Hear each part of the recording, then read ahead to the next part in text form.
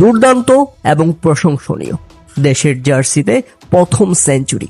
হ্যাঁ দর্শক, আন্তর্জাতিক ক্রিকেটে প্রথম সেঞ্চুরি করলেন তানজিদ হাসান তামিম, তাও সেটা পাকিস্তানের বিপক্ষে। বিপিএল কিংবা ঘরোয়া লিগে তার একাধিক সেঞ্চুরি রয়েছে, বিপিএল এর ফাইনালেও তার সেঞ্চুরি রয়েছে, কিন্তু আন্তর্জাতিক কোনো ম্যাচে বাংলাদেশের জার্সিতে শুধুই 50-র দেখাই পেয়ে যাচ্ছিলেন তানজিদ হাসান তামিম। কখনো 3 অঙ্কের ম্যাজিক ফিগার স্পর্শ করা হয়নি তার।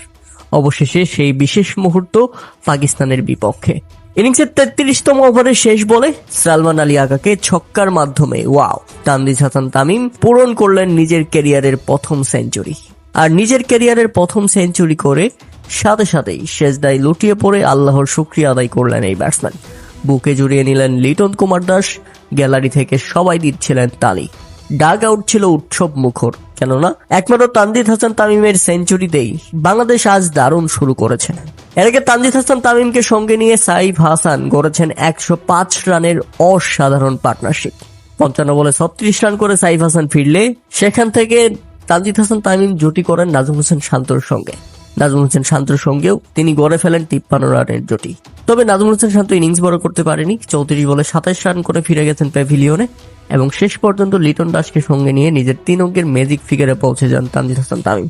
আর তানজিদ হাসান তামিমের এই সেঞ্চুরি মাঠে বসে উপভোগ করেছেন অভিনেতা আরফান নিশো।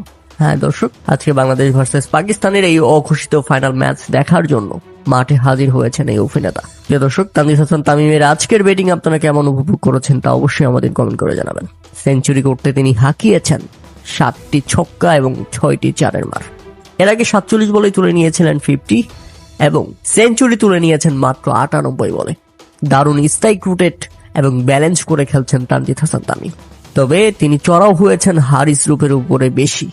এই বোলার যখনই এসেছেন তখনই তাকে ছক্কা হাঁকিয়েছেন, বাউন্ডারি তো আছেই, তাই তো রীতিমতো মাথা ঘুরিয়ে দিয়েছিল হারিস রুফকে।